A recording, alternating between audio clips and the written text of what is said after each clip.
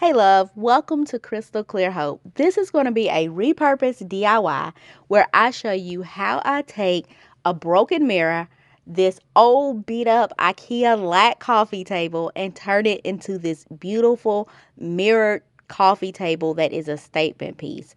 I am going to show you how you can take your trash and turn it into treasure.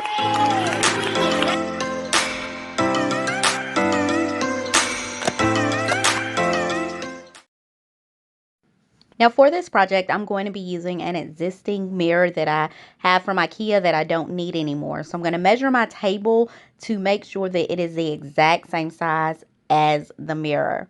And it's going to be slightly smaller. You see there's some overhang there. What I'm going to do is glue pieces of cardboard together to get the desired thickness, and then I am going to attach it to the sides of the table using some wood glue and duct tape. And then I secure that in with screws just to make sure it is nice and secured. Now, a lot of you are probably thinking cardboard for furniture, but these cheap furniture pieces are often hollow on the inside and just have some corrugated cardboard there. The final step to the prep is adding this mirror reflective contact paper on the corners. That's so that when we glue the mirrors on the outside, you won't be able to see the black part of the table or the cardboard peeking through the corners. For the two outsides, you're going to need 4 pieces of cardboard per side. That's going to be 2 for the outside of the table leg and 2 for the inside of the table leg. On the back side, you're just going to need 2 pieces of cardboard for the outside. And then for the bottom of the table, you are going to need 3 pieces of cardboard. You are going to glue those pairs together using a glue mixture, kind of like paper mache, for the sides as well as the back of the table. For the bottom, you're only going to glue 2 of the 3 pieces together, and then you're going to add that third piece on after you've added those paint stirrers. You also do add paint stirrers to the inside of the outer portions of the side and the back of the table as well.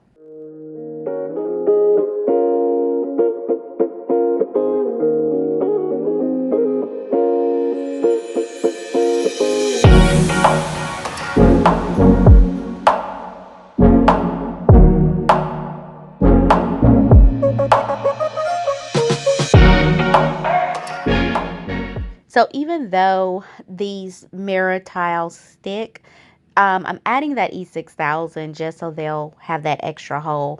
And these are actually legs that came with a dresser that I bought on Wayfair, and I didn't use those legs, so I'm going to use them for this table. I do want them to be higher, so you'll see me adding some thick, strong cardboard to make them higher. You want to make sure that it's thick cardboard, because if you use thick cardboard, it'll work. If you use some cardboard that's flexible, it's not going to work.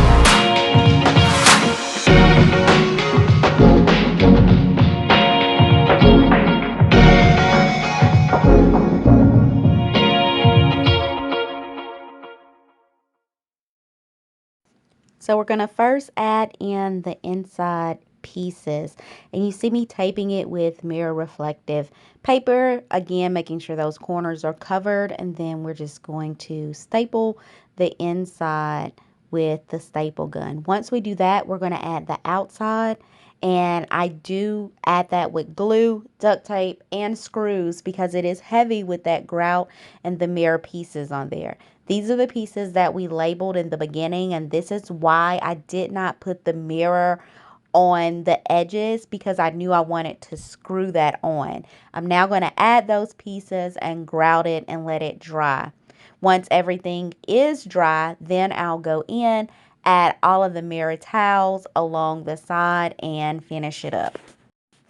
The top of my mirror cracked while putting it on the table, so those are the mirrors that you see me adding on the top to cover up the crack and disguise it.